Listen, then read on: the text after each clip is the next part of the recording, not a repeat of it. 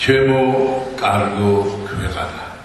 დღეს ამ დარბაზში შენს აზრყოსა და მომავალზე ფიქრით აფორიათებული თანამემულეთა მცირე ნაწილია შედრებით.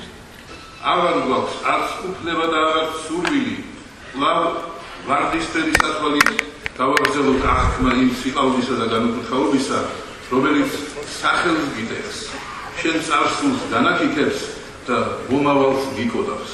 დღეს მე მოგმართავ თქვენ ყველას ერთი კითხვით. გინდათ ამ რეჟიმის მოცილება? მაშინ დავდგეთ ერთად და სახალხო წინააღმდეგობის გზით დავიწყოთ სააკაშვილის ავტორიტარული რეჟიმის დემონტაჟისთვის ბრძოლა. ამას წინათ ერთ შესანიშნავ დარბაზისად ხარ შევხვდი თბილისის ქუჩებში. ძალიან დაღვრემილი მიდიოდა, თავდახრილი და რაღაცა აწუხებდა.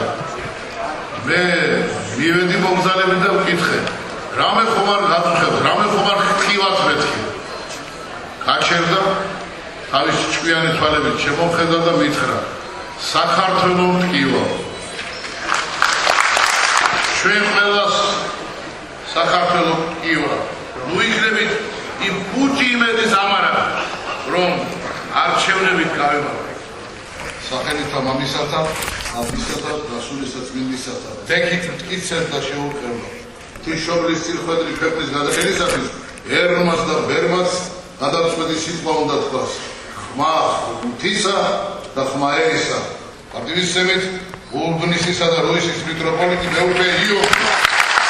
ამბობენ მიშა გორმუცელაო, ამბობენ შიშარაო, ამბობენ წყვილით მიწას ხნავსო, ამბობენ ჩიტირეგიაო, ამბობენ მოუწისრეგებელიაო, ამბობენ თლაჭკუაზე ვერ არისო, მაგრამ თავარს არ ამბობს საზოგადოება.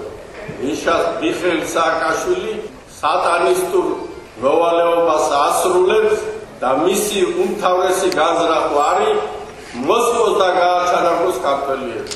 ერთი გლეხი შემხდა და მეუბნება, ბატონო ვახტანგ, ხომ იცით როგორია ჩვენთან ადრე როგორი იყო ვარდებს ეზოებში ვდავდით, ვინმეს ეზოში ვარდი მოარქომოდა, როგორ შეიძლებოდა გავრცელებული იყო სახელი ვარდო, გულვარდი აქ დღეს სახელს ვარდოს აჭარაში არავინ არ არის.